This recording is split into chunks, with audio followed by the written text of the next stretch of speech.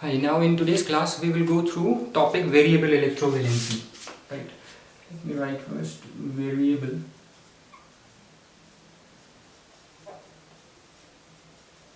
electrovalency. Right. First, let's quickly understand what is electrovalency. It's made from two words. If you look at it, electro and valency. Valency we have understood or studied before also in our junior classes also. How do we define valency? Valency is the combining capacity of an element. It is the combining capacity of an element. Right? Now what do we mean when we say combining capacity? Now let's take an example. Sodium, right? Sodium has one electron in the outermost shell. When it forms compound sodium chloride, right? Chlorine has 7 electrons in the outermost shell. So this sodium, right, will transfer its one valence electron to chlorine,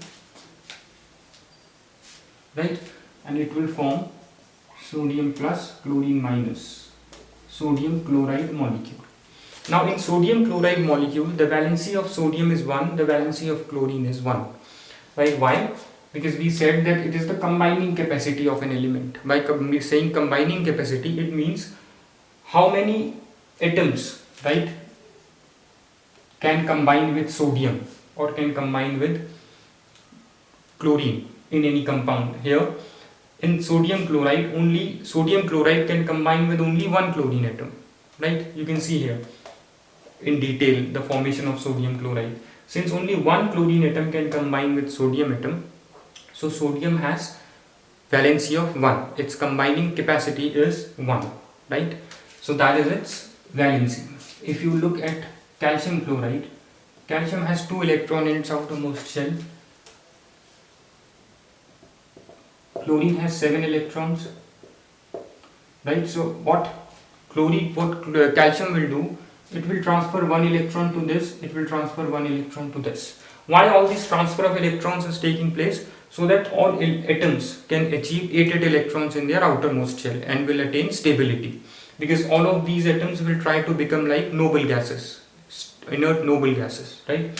So when they transfer the number of electrons that will make them to have 8 electrons in their outermost shell, they all will become stable and will form an electrovalent compound. Right, so here what is the valency of calcium? Combining capacity. It here in calcium chloride CaCl2, the formula for this compound is CaCl2. Calcium is combining with 2 chlorine atoms, right, by donating 1 electron each to both the chlorine atoms, because it has 2 electrons in the outermost shell. It will lose its 2 electrons, it will have 8 electrons in the shell, outermost shell, because this outer shell will disappear when it will lose these 2 electrons. So shell before outermost shell, right, which is your penultimate shell, has 8 electrons. And now this has 8 electrons, this has 8 electrons. Now after gaining an electron from calcium, this has 8 electrons, all has 8 electrons. So calcium has combined with 2 chlorine atoms, the valency of calcium is 2.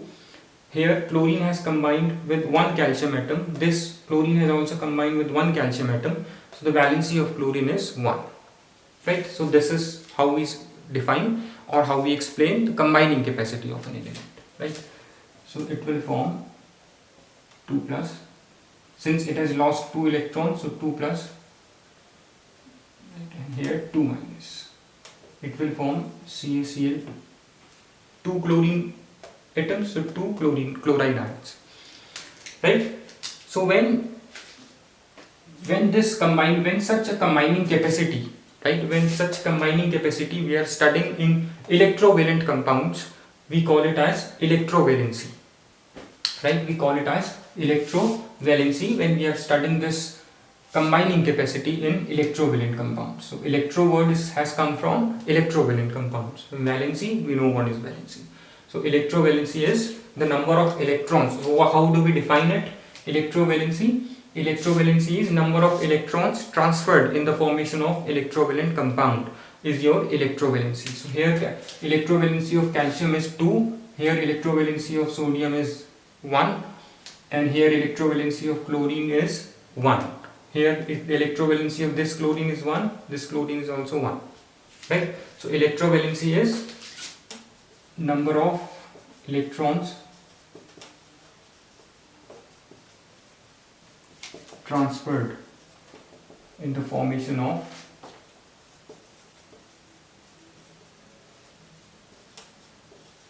electrovalent compound.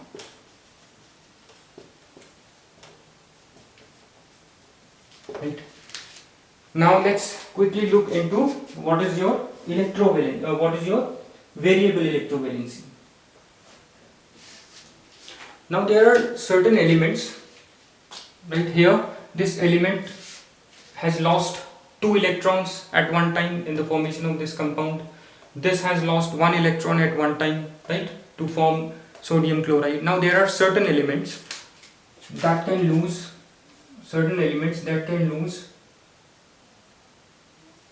multiple number of electrons, right? Or I'm sorry, that can lose different number of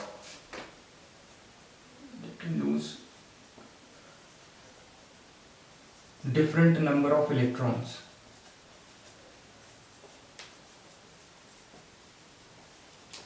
Right? So elements that can lose different number of electrons will exhibit or will possess variable electrovalency. Now we'll see what kind of atoms will possess variable electrovalency and why elements possess a very variable electrovalency. Right? So mostly this variable electrovalency is shown by transition elements. We will take example of iron, atomic number 26, and copper. The atomic number for copper is 29. Right? These are transition elements. So what are transition elements? Transition elements, if you see in the periodic table, they are in the middle of the periodic table between S and P block elements. Right?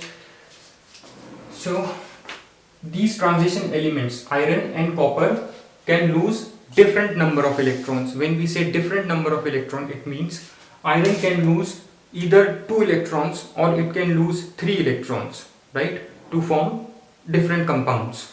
Similarly, copper can lose 1 electron or it can also lose 2 electrons to form different compounds. And compounds that we know of copper and chlorine are, we know that iron forms ferric chloride and ferrous chloride, FeCl2 and FeCl3. Here, when ferric chloride will form through electrovalent bonding, its electrovalency of iron and ferric chloride is 3. Right? Here, electrovalency of iron in ferrous chloride is 2. Right? Now we will see what is the reason for this multiple or different electrovalencies of same element in these two different compounds. I repeat, different valency. What is the reason for different valency of iron in these two compounds? Different valency of same element in these two compounds, right? And which of these two is stable, right? We know that ferric chloride is stable compared to ferrous chloride, right? This is more stable, right? At the end we will get to know why it's more stable, right? So for variable electrovalency, there are 2 reasons, right? Why elements exhibit variable electrovalency? There are 2 reasons. First is instability of cation or core, right?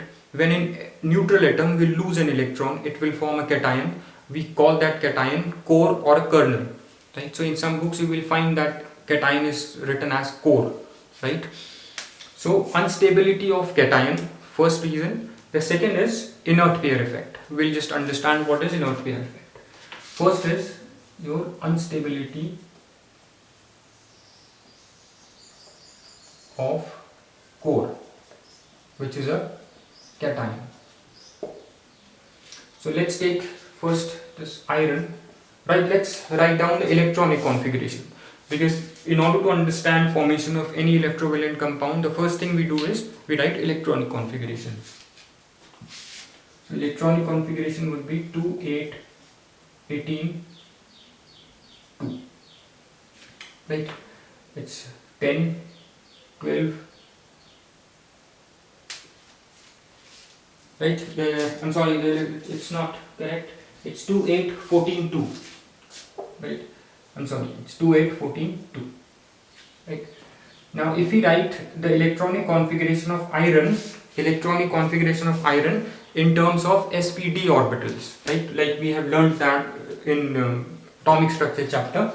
Now let's write down the valence shell electronic configuration of iron in terms of sp_d orbitals. It would be 3s2, 3p6, 3d6, 4s2, right? These are 2 electrons, rest is 6, 6, 12, 14. Yes. Right? So this is iron. I said iron exhibits as ferric and ferrous salts. What is the formula of, how do you write ferric ion? It's Fe 3 plus. Ferrous is Fe 2 plus. So here from this charges you can see that in the formation of ferrous, plus 2 means it has lost 2 electrons. Ferric, it has lost 3 electrons since it has 3 positive charges. Right? So iron will lose its 2 outermost electrons, right, in the formation of such compounds. Right? Let's say in the formation of ferrous chloride, it will form 2 electrons, right, and will form Fe plus 2 ion. Its electronic configuration would be 2, 8, 14, which would be 3s2, 3p6, 3d6. Right? Now this is what? This is your core. Core is nothing but a cation. And we said unstability of core. That means the first core that has been formed by losing 2 electrons, right, by the loss of 2 electrons, the core that is formed, which is Fe2 plus ferrous, is unstable.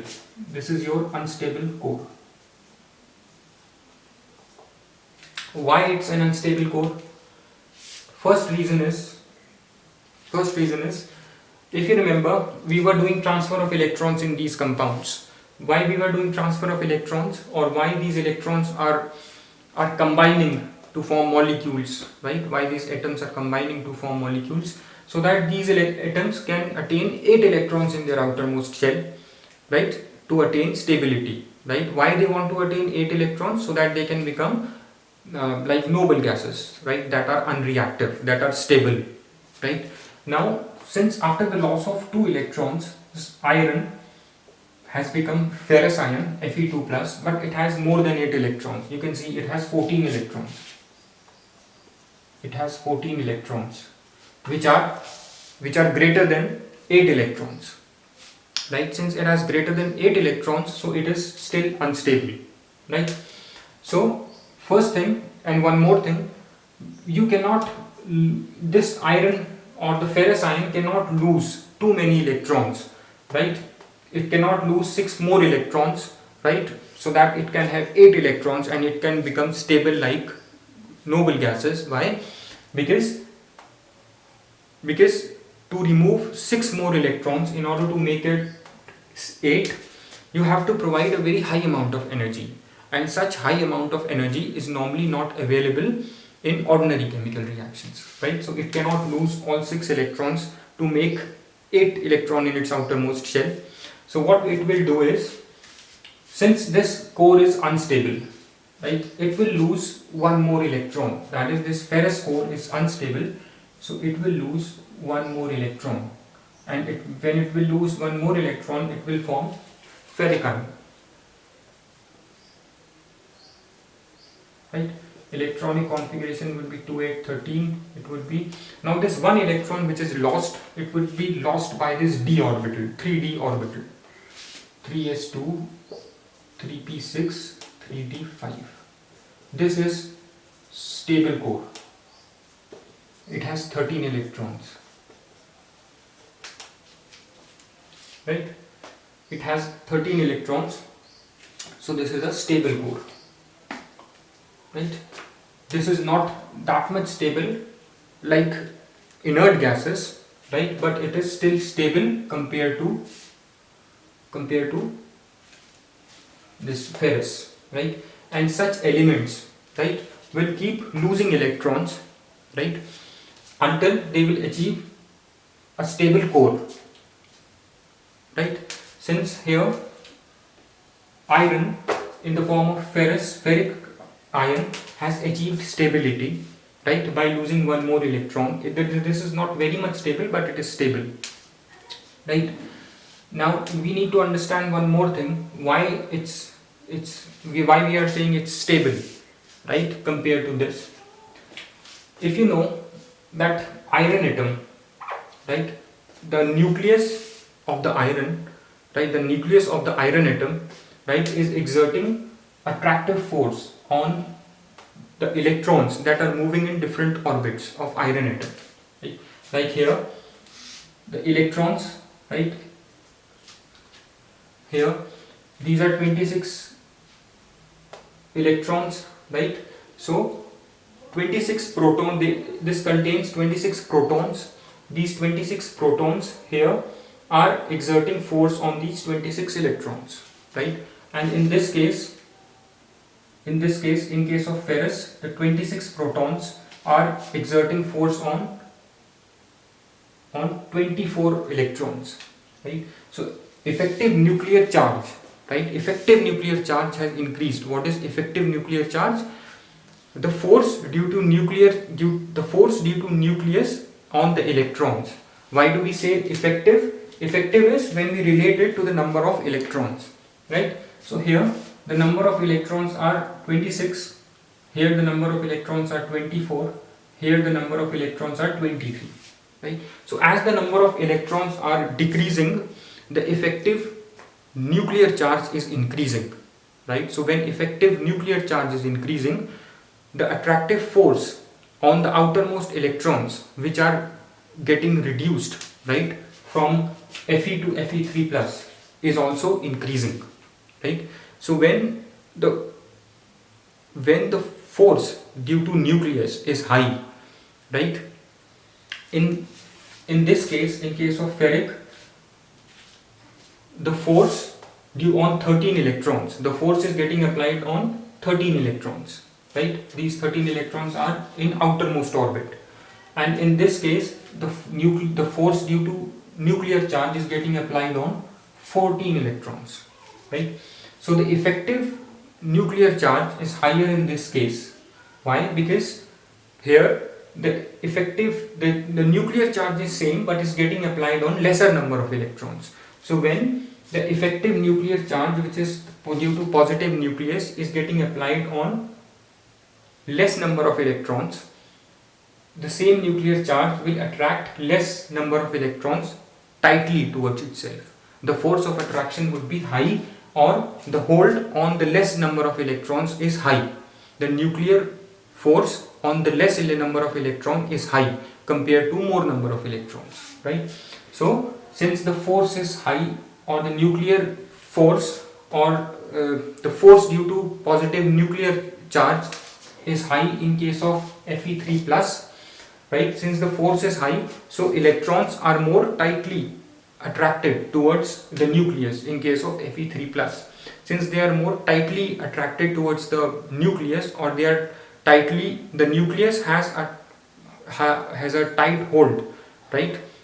Has a more, it's attracting with a high force, right? The nuclear attraction or the force is higher in case of Fe3 plus. So if you want to remove an electron from Fe3 plus, since the force is high, right, in Fe3 plus due to nucleus, so you have to apply high force to remove an electron from Fe3 plus, right, compared to Fe2 plus. Since you have to apply more energy, right, you have to apply more energy to remove an electron from Fe3 plus, right? This amount of energy which needs to be applied, or the amount of energy that needs to be given to remove an electron from Fe3 plus is ordinarily not available in ordinary chemical reactions, right? That is why we say Fe3 plus is stable, right? Because of high nuclear charge, right? Effective nuclear charge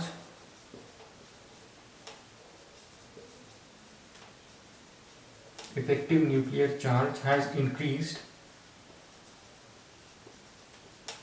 in Fe3 plus, right? Due to which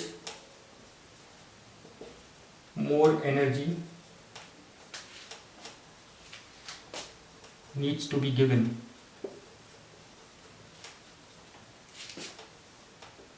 to electrons needs to be given to remove electrons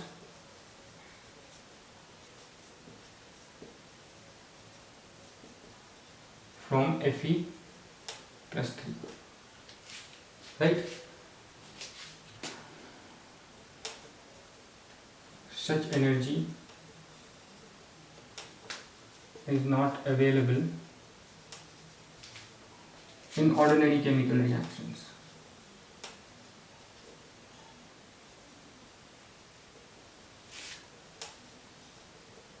Right? And that is why Fe3 plus is more stable than Fe2 plus. Right? This core Fe3 plus cation is more stable than Fe2 plus. That is why we say ferric chloride is more stable compared to ferrous chloride. This is the reason. Right? I hope this is clear. You just need to understand one thing, that effective nuclear charge has increased in case of Fe3 plus. That is why it is more stable. Right? And same is the situation with copper. Copper forms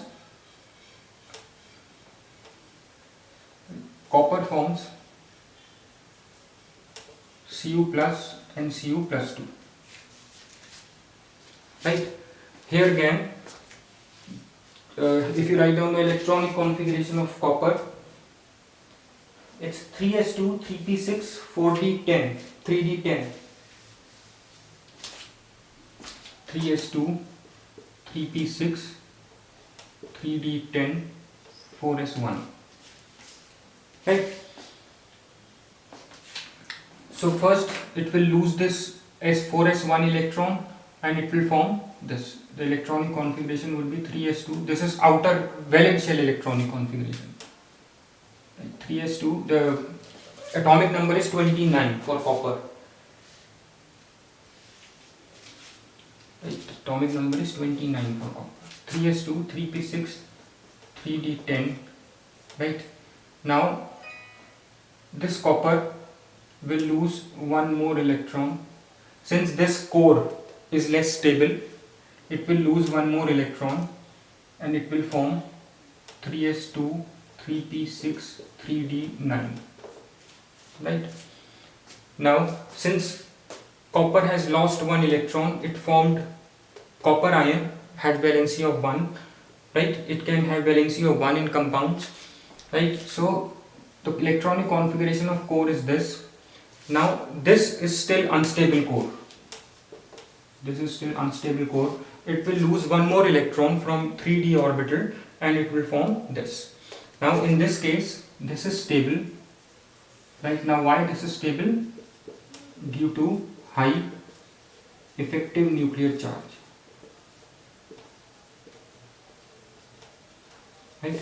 In this case, the force due to nucleus is getting applied on less number of electrons. So effective nuclear charge has increased, due to which the electrons are more tightly bound to the nucleus. Right? So in order to remove more electrons from copper plus 2 cation, you have to give high amount of energy, which is not ordinarily present in chemical reactions. Right?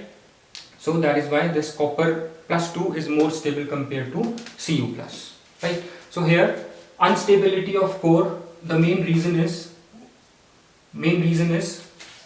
effective nuclear charge. Right? Due to effective nuclear charge, these cations are stable and will not lose any more electrons. Right? Because you need to give high amount of energy. The second point that we need to consider is inert pair effect. Inert pair effect. Now this inert pair effect is shown by p block elements, right? It is shown by p block elements. P block elements. The example that we would be taking is of lead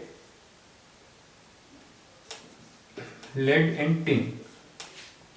These p block elements has electronic configuration of this form, Ns2 Np2, right?